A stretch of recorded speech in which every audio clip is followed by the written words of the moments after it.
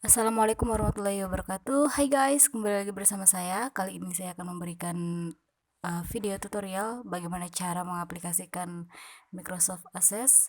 Kali ini saya menggunakan Microsoft Access versi 2010. Sebelum berlanjut kepada presentasi, let me tell you myself. Saya Siti Anumardiah, mahasiswa Universitas Mercu Buana, jurusan akuntansi pada program studi ekonomi dan bisnis. Oke, let's check it out.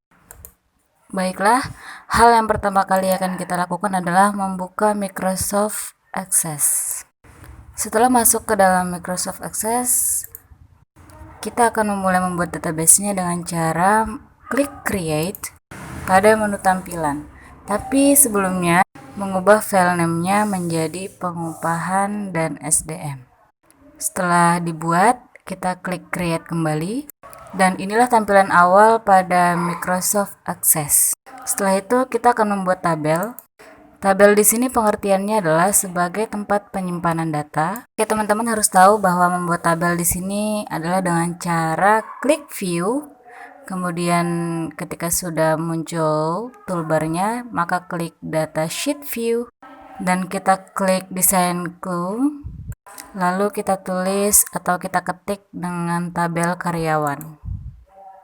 Kemudian kita klik OK.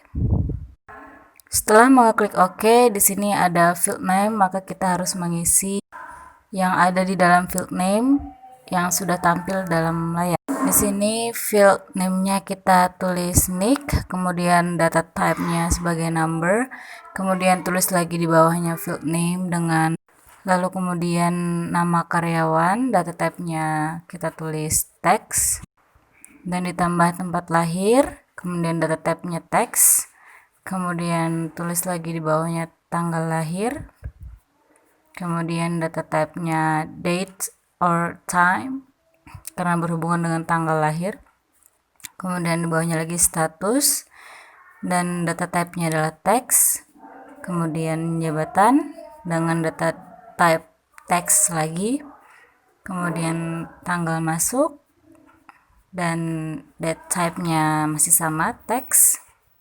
Oh tidak, kita ubah menjadi date time. Setelah mengisi field name dan data type-nya, kita akan pergi ke primary key. Fungsinya adalah di sini adalah primary key, yaitu merupakan kunci untuk menampilkan data. Nah, di sini primary key-nya sudah muncul, yaitu ada di nick ya, teman-teman. Kemudian jangan lupa untuk menyimpan. Nah, setelah disimpan, lalu kita kembali ke view, kemudian klik data sheet view, maka akan muncul tampilan layar yang seperti ini. Setelah itu di data sheet tampillah seperti ini. Nah, di sini kita bisa memperluas atau mempersempit kolom yang ada pada tampilan sesuai dengan ukuran seberapa kita butuh. Setelah diperlebar semuanya, terserah mau diperlebar atau tidak. Di sini saya akan mengisi nick-nya dengan angka seperti ini. Dengan nama karyawan Mikaela Putri. Kemudian tempat lahirnya Jakarta dan tanggal lahirnya pada 14/03/1995. Oke. Kemudian lanjut ke statusnya belum menikah. Saya tulis di sini belum menikah. Kemudian jabatannya sebagai accounting dan tanggal masuknya 16/10/2017. Oke. Kemudian diklik lagi. Saya tulis nama di sini Rena Tanjung. Pada ini.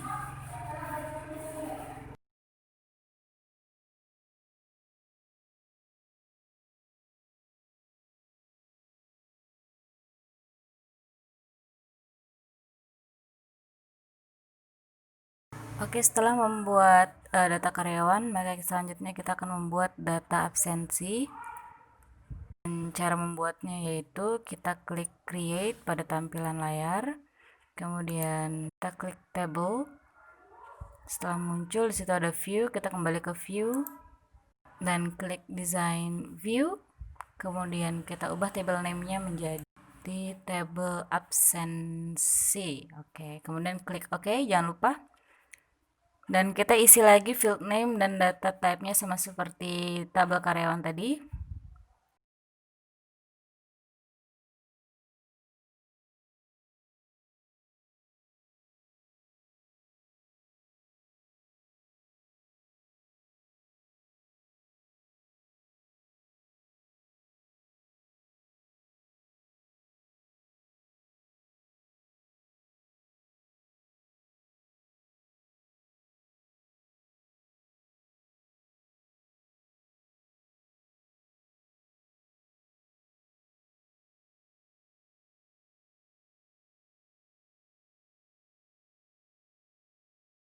Nah, setelah saya isi, ini sama seperti tadi, maka kita pergi ke primary key. Di sini primary key-nya ada di no ID. Karena di awal tadi primary key-nya adalah nick, maka akan kita ganti yang key-nya di no ID menjadi ke nick. Karena kita membutuhkan primary key-nya dan sudah diklik, maka jangan lupa untuk men-save. Kemudian kita klik lagi data sheet view-nya di bagian view, maka akan muncul tampilan seperti ini. Oke, seperti yang sudah saya jelaskan, bisa dilebar dan persempit. Kemudian saya isi datanya.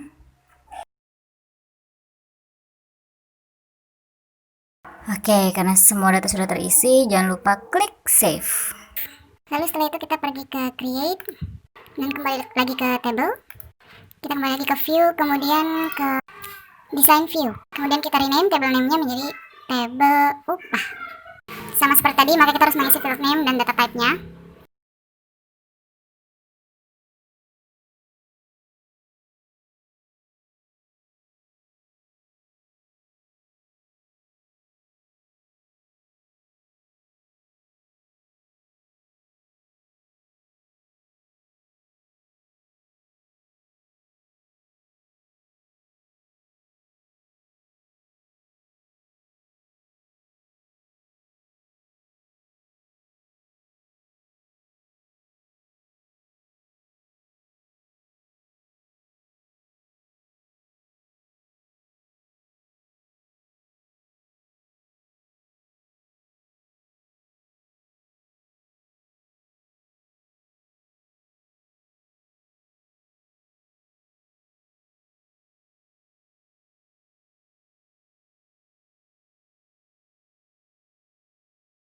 Oke, semua data sudah di-entry, kemudian jangan lupa untuk mengklik save kembali.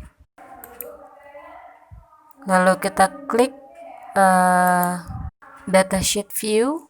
Caranya masih sama seperti tadi ya, teman-teman. Hanya tinggal mengisi data. Ini saya skip aja.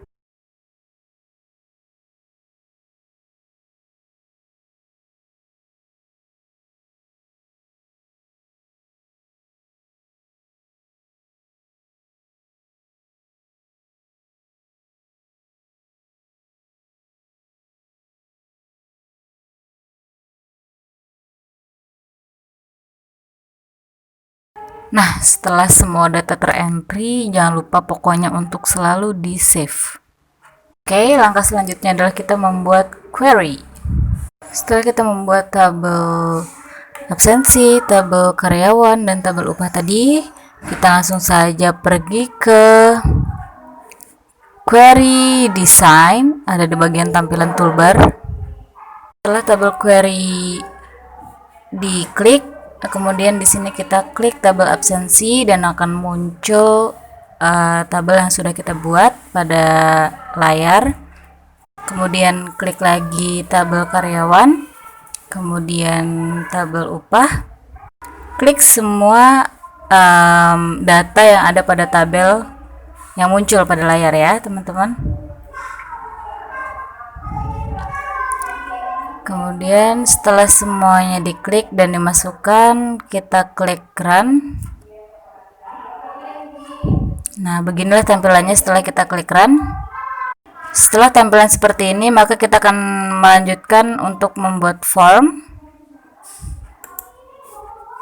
Setelah membuat tabel dan query, maka di sini ada di queries, pada menu query kita klik 2 kali. Kemudian kita pergi ke create, bukan di form design ya teman-teman, tapi di form. Nah, setelah diklik, beginilah tampilannya. Ini tampilan sudah jadi ya teman-teman. Oke, terima kasih sudah jadi. Sekian tutorial database pengupahan dan SDM dari saya. Semoga bermanfaat dan terima kasih telah menonton video ini. Assalamualaikum warahmatullahi wabarakatuh.